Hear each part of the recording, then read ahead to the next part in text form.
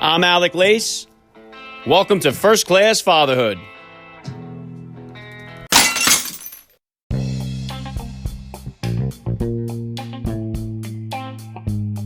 Welcome, everybody, to episode 529 of the podcast. I am happy, as always, to be here with you. Thank you for stopping by. If this is your first time listening to the podcast, please get over there and bang that subscribe button. You do not want to miss all the action coming your way right here on First Class Fatherhood. All right, dads, I got a very special guest for you guys today. Joe Piscopo joins me on the podcast. I listen to Joe every Sunday on 770 WABC Radio. He is the host of Sundays with Sinatra. It airs at 6 p.m. to 9 p.m. Eastern Time every Sunday. Joe is best known for his impressions of celebrities, including, especially, Frank Sinatra.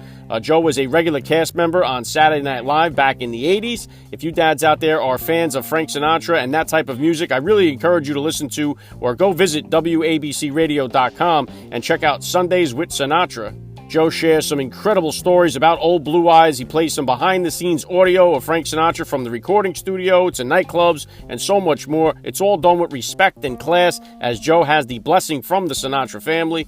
I grew up listening to Sinatra and all that type of music. As I've mentioned here before on the podcast here, my father was a stand-in singer for Eddie Fisher back in the 1950s. So I really appreciate Joe's Sundays with Sinatra. And one of the biggest blessings for me in hosting First Class Fatherhood is that it gives me the opportunity to reach out to guys like Joe and invite them onto the podcast here. That's exactly what I did. And Joe Piscopo will be here with me in just a few minutes, so please stick around for the interview. And today's interview with Joe Piscopo was recorded on video and is available for you guys to watch on my YouTube channel. So if you'd like to watch today's conversation, please subscribe to First Class Fatherhood on YouTube. The link is in the description of today's podcast episode. And I really do owe all of the success of First Class Fatherhood to you guys, the listeners out there. I can't say thank you enough. There's two ways you can help support the podcast and save some money while you're doing it. Visit mypillow.com and use the promo code FATHERHOOD. You'll save up to 66% off your order. MyPillow's got some of the best products on the market. Their mattress topper is my personal favorite. If you're taking your kids to the ball game this year, the football season's underway, go to SeatGeek.com to order your tickets or visit the SeatGeek app and use my promo code FIRSTCLASS. You'll save $20 on your tickets, so you guys get to save some money and support the podcast here as well. I can't say thank you enough for all your help so far. You guys really keep me going here. Make sure you follow me on Instagram at Alec_Lace for all the upcoming guest announcements. And as always, guys, please help me spread the word about the podcast. Every father in your neighborhood or in your contact list, and let them know about the show that's here celebrating fatherhood and family life. Fatherhood rocks, family values rule, and every day is Father's Day right here with me. And I'm going to be right back with Joe Piscopo. I'm Alec Lace, and you're listening to First Class Fatherhood.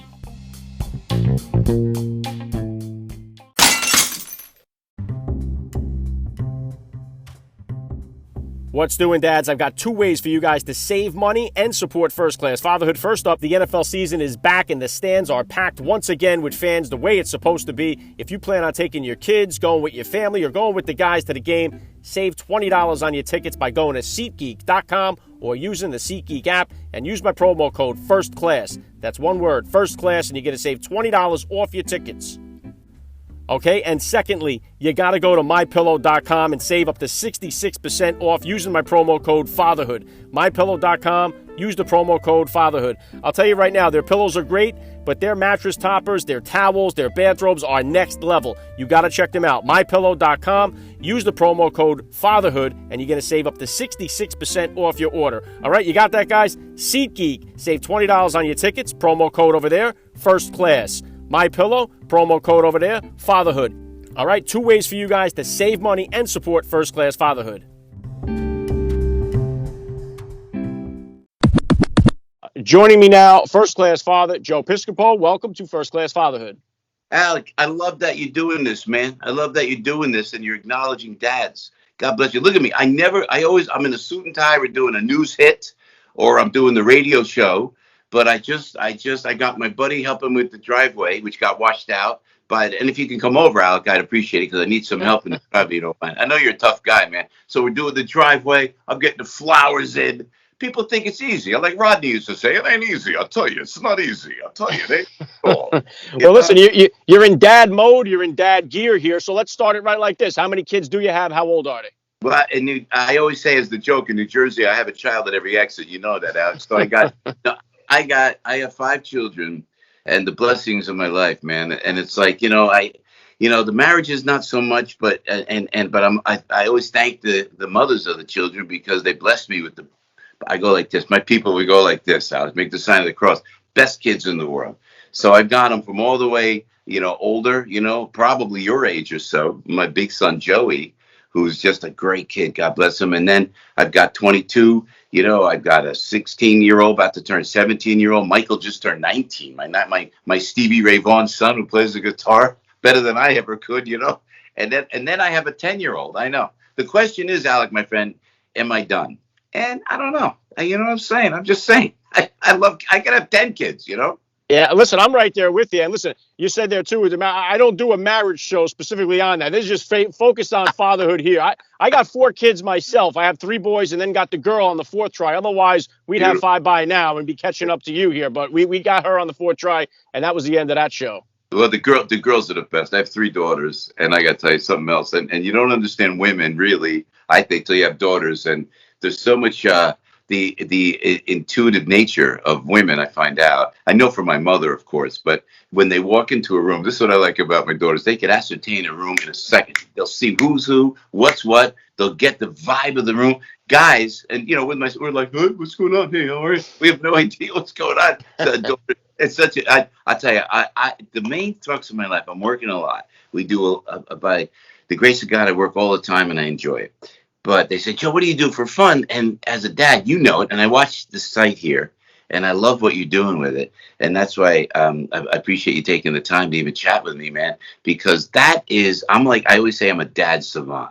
The rest of life on stage, I feel pretty darn comfortable before a microphone.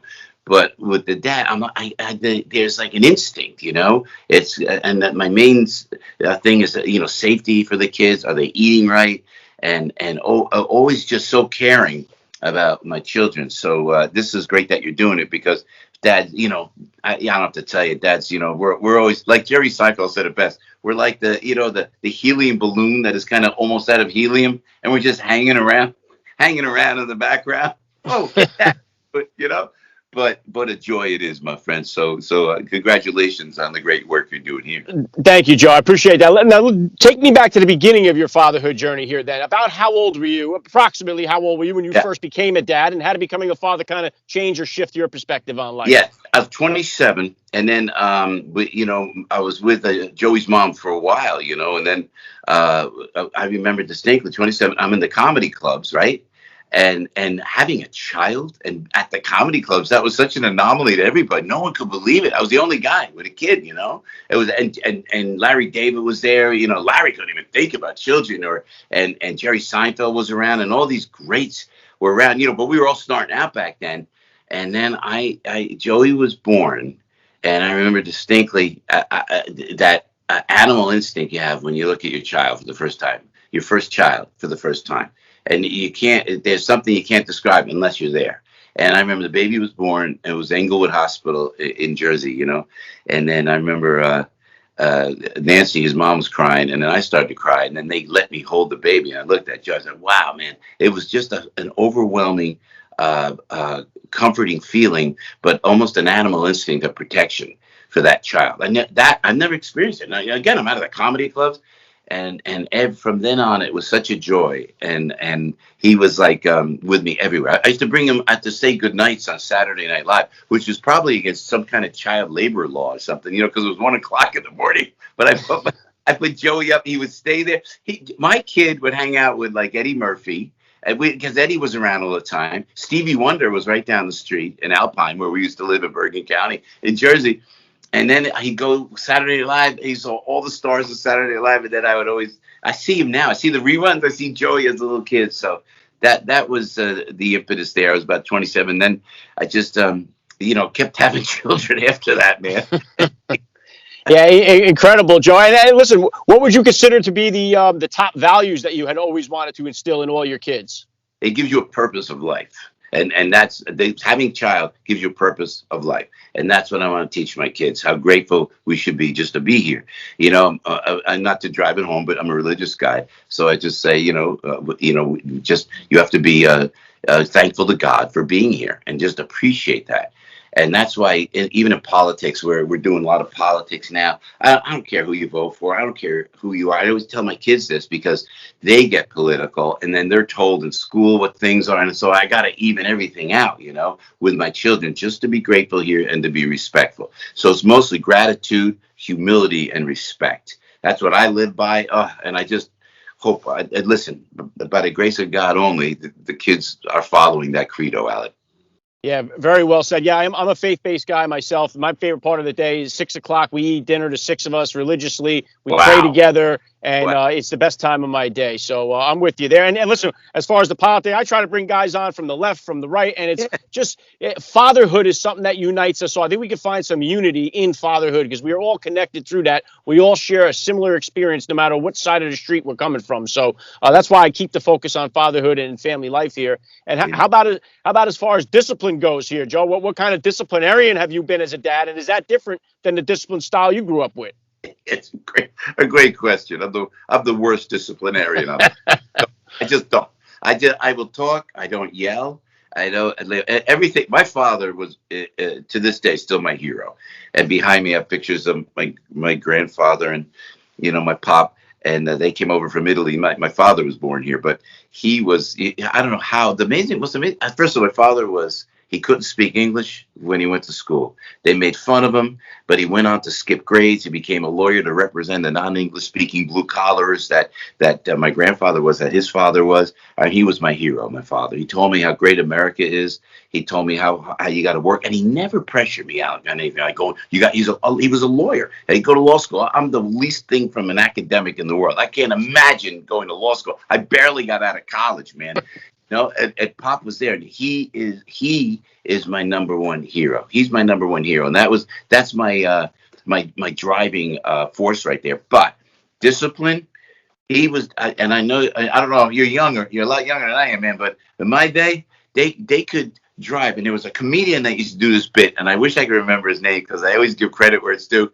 But your dad, he could reach back and smack you in the back seat of a car quicker than anybody else. He was quicker than Muhammad Ali. My father be driving, we'd be causing jumping back, say, boom, you would get smacked in a second. How could he be that quick? I said, wow. I didn't even get mad. I said, or heard or cry. I said, that was the fastest move I've ever seen in my life. And they knew where you were in the back seat too, Pop would. And he was, and he would just be very, if something was wrong, he would let you know. I'm the direct opposite. I'm just a pussycat like that, And then the moms always go, oh, you should say something. You should do something. I talk, I like to lead by example. And I like to lead. This sounds really, kind of wishy-washy, but I like to give a hug. Come here. Something's up. And they think you're going to yell at them. You hug them. You hug them and you say, you got this. Let's talk it out. I try. So far, it's been working. But I'm not a yeller. You're grounded. You're grounded. I can't. I'm not. I talk, I hug, and I just hope it works out. So far, so good, Alex. Yeah, and listen, my father was born in 1930, and he was 50 years old when he had me. So he came from that old school as well, So he was like a no-nonsense guy. And I find it, listen, a lot of the dads that I bring on here, when I ask them the discipline question, they'll say, oh, yeah, I got the belt, or I got the switch, or I got the spoon, or whatever. And then they say, well, I don't do that with my kids. There's definitely, and I look sometimes, like when I get hard discipline to my kids, I look at like, how the hell could my dad do this? Like, you know what I mean? I get this guilt feeling, even like when the kids are younger and I smack them on their ass. It's like, I feel so guilty for doing it. Like, I don't know how they were, he didn't seem like he ever felt bad about doing it. Like, so and I said to you before, he was a stand-in singer for Eddie Fisher. I love, obviously, and you do the Sinatra impressions. You do the Sundays with Sinatra. I love the show that you do. I wanted to ask you this here. What is the demographic? Is there still a big audience of younger generation that's thirsting for the Sinatra type music? What is the audience that you're seeing? What kind of feedback do you get from the younger generation? So funny. I went. If you're watching this, Alec called, and I tried to get it on my iPad, but of course I'm out in the boondocks in Jersey, so you can't get any reception. So I grabbed the iPhone. Now I'm looking over there, like the camera's there, and I hate that. Over here, I see the camera. I'm sorry. I'm like, That's all right. Hey, listen. Look like one of those comedy characters, like Marty Feldman. Hi, how are you? Hey, how are you? So there you are. You know what? It was with Frank. Can we talk Frank Sinatra for a second? Let's do it.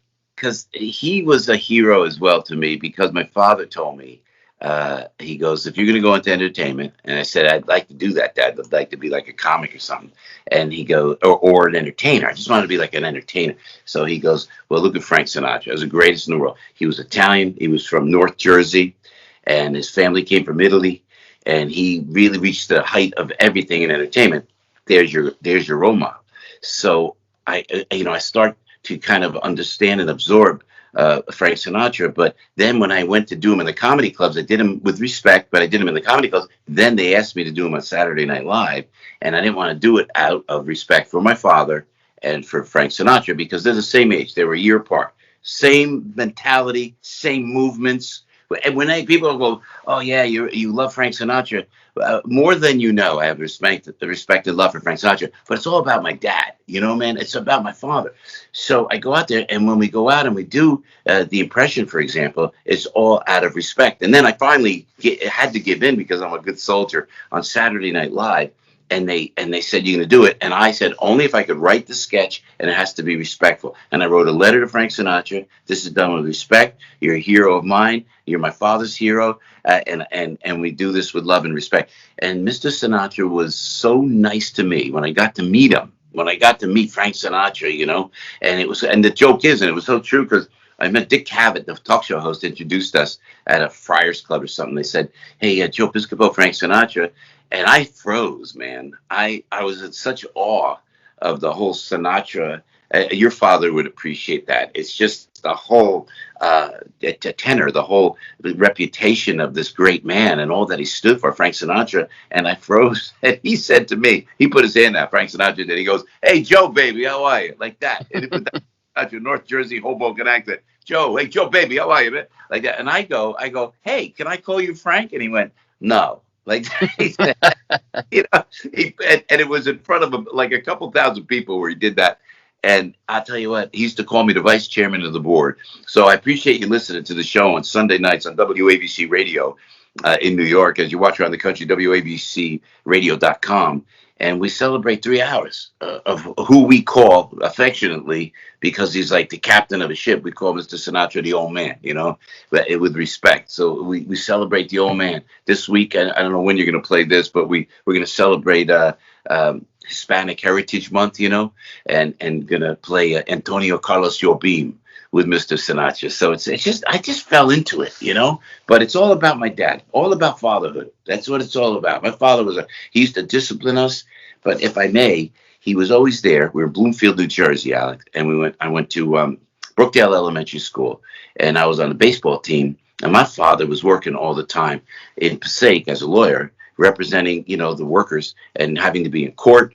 Every time we had a ball game, he came with a suit and tie on, and he coached the team. And I never forgot that. See that role model he had. And then he would sometimes take his tie off, and he would just coach. And then he'd take us out for like ice cream. I remember as a little kid, I remember that. And that is an indelible mark on my fatherhood, the love that he showed. Discipline, not so much. I can't carry that on. But the love and the respect that I had for Pop, he showed me. And that's what I try to show my children, man. Yeah, awesome testimony there, Joe, too. And listen, like I said, I grew up listening to all the music, and I think it's just when you listen to that era of music, I grew up with the Jimmy Roselli, and then some Bobby Darin, and all these guys, and it was like you fast forward to today. Wait! You're not. Are you Italian? Are you Italian? No. Only Italians know Jimmy Roselli. Jimmy Roselli was the guy that was apparently so great.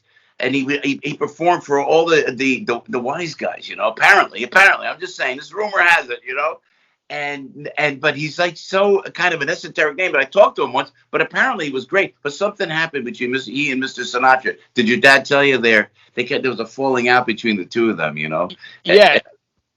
He did talk about that, and I do know. Yeah, he had the reputation for playing for all the mob type guys and all that stuff. But I mean, I like my friends when I was a kid thought I was out of my mind, because I would listen to songs like "Your Old Wedding Ring Was New." What the hell's wrong with this kid? So. But you look at the top of the charts today and the music that comes out, it's just a different message. It's just totally like back then, everything was about love, and it just has a powerful, good message. And today, I don't think we get that as much. Did you pass on this tradition of the Frank Sinatra, that type of music, to your kids? Are they into it? Do they listen? Yeah, and you're right. And to your reference on the demo, it's interesting on WABC on Sunday nights with Sinatra. There are young kid. There are parents living, listening with their kids. So I have a 15-year-old kids will call me on the phone and they'll say, "I'm listening with my dad," and we learn, and I'm almost like a professor. They call me, Professor Piscopo, because I'm like a curator of everything Sinatra. With permission from the family, by the way. I have immense respect for Sinatra Enterprises, my friend Charlie Pignon and Tina Sinatra, who came on the show. I was just so grateful for that, and Nancy Jr. as well. But they listen, and because they want to dress up, they want to get in. Because the old man, Mr. Sinatra, he always had some kind of classy thing going on. I feel funny talking to you like this because that's why I always make it a credo wearing a tie. Joe, you're always dressed in a tie. You go, you know what? It's like, what would Frank Sinatra do? You know what I mean? And everybody your age, younger, they dig it. And my kids, and Joey would go around singing New York, New York at 4 years old. It was, he would be singing New York. It was great to see. And my kids now, my son Michael is great. As you see Michael online, you'll see Mikey Piscopo, and he's ripping it up playing the guitar like Stevie Ray, the great Stevie Ray Vaughan. But he understands, and there's a lot I could teach my kids from what Frank Sinatra went through. There was prejudice toward Italian Americans. There is now, but even more so back then. And even Frank Sinatra's parents, like my grandparents, what they had to go through, you can't even imagine the prejudice. And you deal with it, you work, it makes you work harder, and everything that Frank Sinatra did. And that parallels my father, by the way. Same generation, the greatest generation. I think your father was like that as well, from what you're telling me. And I tell you what, the whole Sinatra feel, it just transcends all ages. It's amazing. I've never seen anything like it. And he's the guy. He's the guy. He is old blue eyes. And I love the fact that that's why I love your show. You're introducing him to a whole new generation of people out there. So I love the fact that you have it going. And I love how you give like the behind the scenes things that we never heard before. Fly to the moon, let me swing among the stars. That's the best album, I think. Alec, A Man and His Music, a great album. Look, it's really sad that I could bring that up last minute like that, isn't it? Yeah, listen, but like I said, I love how you play some of this stuff we never got to hear. Like I know last week I was listening, and he sang the same song 3 times in a row because he was a perfectionist. He wanted to get it right, and he kept missing a note or whatever it was. And I love getting the chance to hear it. Then there was some commotion towards the end of the third take, and it was like, so those are the things that I appreciate getting the chance to hear on the program. What's next for you here, Joe? What kind of plans or goals you have for yourself for the future? You know what we did? We're going to stay with the Frank Sinatra show, probably turn it into a TV show because it's working so well. Thanks for picking that up. That was Angel Eyes. And I found that with permission from the Sinatra family, of course. And it was the old man trying to get Angel Eyes down, Drink up, all you people. Yeah. Thing you see. He goes, did I get the note? Did I get the note? We got it. Thanks for picking that up. That means the world to me. Someone in your age group, Alec, if I may, understanding that.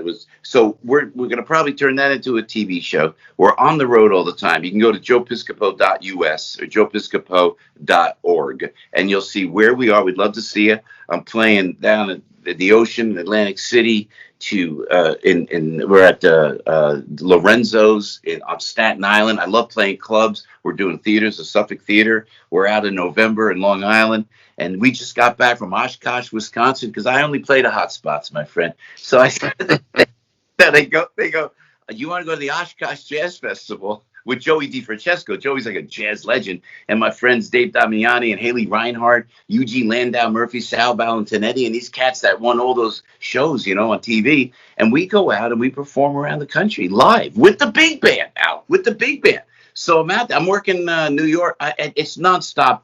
And I ain't going to stop, man. I'm going to keep going. Just the way Frank Sinatra did, the way my father did, right to the end, So I appreciate it. Hey, I got to tell you, if I may, tell me now, you probably told your audience, but when we came on the air, before we went on the air, I said to Alec, I said, I'm exhausted now. I said, you got me down. I'm just working outside, but I've been on the radio. You got to get up like 3, 4 in the morning to do morning radio on AM 970. We do radio. But you beat me right to the punch, man. What time are your hours on the railroad, my friend? Yeah, I work 7 at night till 3 in the morning. So I have a unique schedule there that kind of lines up. God, so, but it works for me. It works for the family. So Like I said, I'm going to drop the link that you just mentioned there in the description of this podcast episode so my listeners can get over there, find out more about you, what you're doing, and the show. Last thing I want to hit you with here, Joe, I love to ask all the guests that I get on the podcast, what type of advice do you have for that new dad or for that about-to-be father who's out there listening? Yeah, you gotta always make. I know it's gonna sound like it spoils the child. Make the child the priority. The child the priority. Because I mean, we could talk, and I know but guy to guy, it's like, and I'm a single guy now, and my personal life, it's a running joke on the radio. It's like talk about trains. It's like a train wreck. The relationship. But I never bring around somebody, and it took me years to learn that. Don't bring around somebody where they feel uncomfortable. Make the child a priority, because people always say, someone will say, hey, let's meet in New York. And then I think, well, there's a school play and there's no contest. Drop everything. Go there. Go to the play. You're going to sit there at the play. You're going to go, oh my God, I can't believe I'm here. I got to sit through it. Bring flowers for your daughter after the play. Go to the ball game. Be locked in. Last night, where was I? I got to go to bed early. I'm watching my son at Crossroads in Garwood, New Jersey, ripping it up with his band. And I'm sitting there watching him going, yeah, man. After the show, nobody said, thanks for coming, Dad. And that's it. Just be there. That's the kid. If you're going to have the responsibility of having a baby, having a child, then that has to be the priority. That would be my humble advice. Yeah, wow. I love the message. This has been an honor for me. I got to say, Joe Piscopo, you're a first-class father all the way. And thank you so much for giving me a few minutes of your time here on First Class Fatherhood. Alec, God bless you for what you're doing, my brother.